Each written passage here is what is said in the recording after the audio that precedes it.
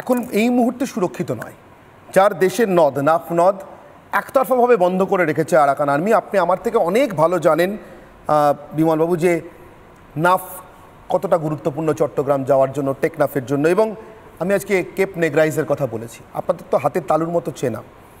কি হতে পারে আরাকান আর্মির বিপদ, কত বড় হতে পারে প্লিজ?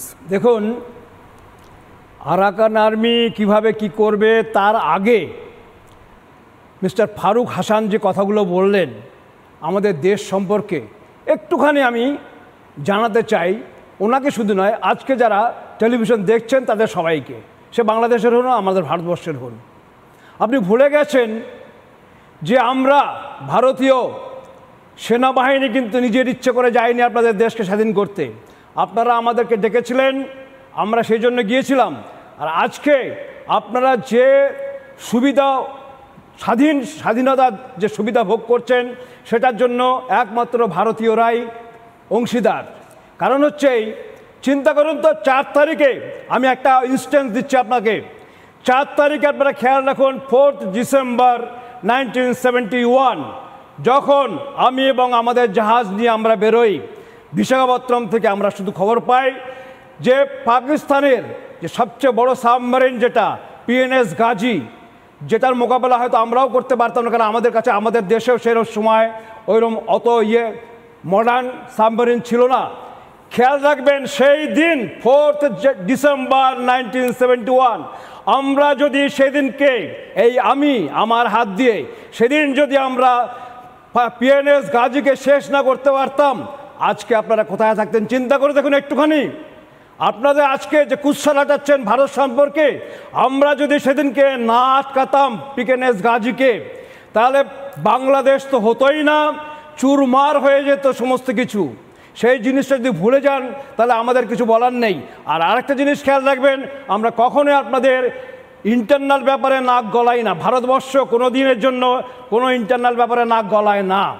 আমাদের পিঠে যতক্ষণ পর্যন্ত না বাড়ি পড়ে ততক্ষণ আমরা এগোই না বা সম্বন্ধে কোনো কথা বলি না। কেন আমরা বলতে যাব? আপনার দেশ আজকে যদি আপনারা আমাদেরকে না জড়িয়ে ধরতেন তাহলে কিন্তু আমাদের কোনো ছিল না। আপনি পাশের দেশ, ঠিক আছে, আপনারা যা খুশি করতে পারেন আপনার দেশে।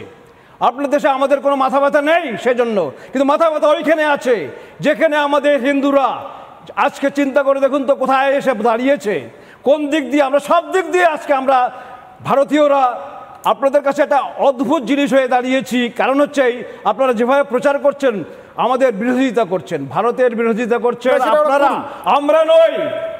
আমি বিমলবাবু বলবো, ওর মুখের ভাষা বুঝিয়ে দিয়েছে যে উনি ভারত সম্পর্কে ওদের কী ধারণা, কী মনোভাব পোষণ করেন। যেমন শাহিদুজ্জামানের মুখের ভাষা বুঝিয়ে দিচ্ছে যে তিনি মনে প্রাণে চান ভারতের উত্তর পূর্বাঞ্চলের জঙ্গি কার্যকলাপ বাড়ুক। কিন্তু আমার প্রশ্ন, ওদের তো এখন নিজের দেশের জঙ্গি সামাল দিতে হবে।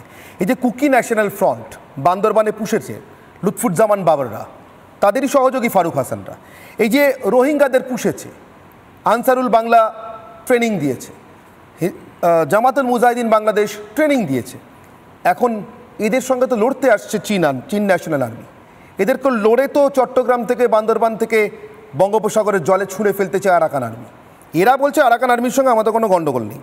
আমার একটা প্রশ্ন আছে বিমলবাবু, আপনার মনে হয় নেগ্রাইজ থেকে টেকনাফ পর্যন্ত যাদের দেশের সীমানা রীতিমতো আতঙ্কের মধ্যে রয়েছে, জলসীমা থেকে স্থলসীমা পর্যন্ত, তারা এতটা ক্যাজুয়াল কি করে হতে পারে? নাকি উল্টোটা ওরা চায় ওটা হোক? বিমলবাবু, ওটা হওয়ার জন্যই ওরা আসতে চাইছে ক্ষমতায়, কোনটা? মানে ইউনুস কি ওদেরই লোক? অ্যাকচুয়ালি সত্যি কথা বলতে কি, যদি সঠিকভাবে এটা চিন্তা করা যায়, কারণ বর্তমানে যারা এই শাসন ব্যবস্থায় আছে বাংলাদেশের, আমরা যেটা জানি, বিশেষ করে আমি নিজে ভুক্তভোগী, আমি জানি, কারণ আমি বাংলাদেশের যুদ্ধের সময় ছিলাম। আমি সবসময় সেই সময় বাংলাদেশের যারা লোক আছে তাদের সাথে, সবার সাথে আমি আলাপ আলোচনা করেছি, এবং শুধু তাই নয়, আপনাদের মুক্তিযোদ্ধা যারা আছেন তাদের সাথেও আমি এইটুকু জানতে পেরেছি যে তারা সম্পূর্ণভাবে মনে প্রাণে তারা চায় স্বাধীনতা। কিন্তু বর্তমানে একটা জিনিস আমরা বুঝতে পারছি যে আপনারা স্বাধীনতা চান না, আপনারা চান ফিরে যেতে আবার সেই যারা আপনাদের একদিন ধাক্কা মেরে সরিয়ে দিয়েছিল তাদের গলা জড়িয়ে ধরতে। বেশ, আমি এখান থেকে সালাউদ্দিন শোয়েব চৌধুরীর কাছে যাব। সালাউদ্দিন শোয়েব চৌধুরী, এই যে নাথানিয়েল বম নামে একটা লোক, ঢাকা বিশ্ববিদ্যালয়েরই ছাত্র শুনলাম, তো তার সঙ্গে আবার অনেক ঢাকা বিশ্ববিদ্যালয়ের ছাত্রছাত্র নানা রকমের মাহফুজ টাহফুজ তাদের সারনেম আছে, পুরোটা বলছি না, তাদের সহযোগিতায় গড়ে তোলা সংগঠন KNF 2017 সালে একেবারে জঙ্গি সংগঠন, বান্দরবানে বসে জঙ্গি কার্যকলাপ করে। তারেক রহমান আমাকে বিশ্বাস করতে বলছেন যে ওরা পরে বুঝে নেবেন, লড়ে নেবেন, কিন্তু এরা তো গত বছর বাংলাদেশ আর্মির দুজনকে মেরে বসে আছে। আরাকান তো 2015 সাল থেকে বাংলাদেশের সঙ্গে লড়ছে,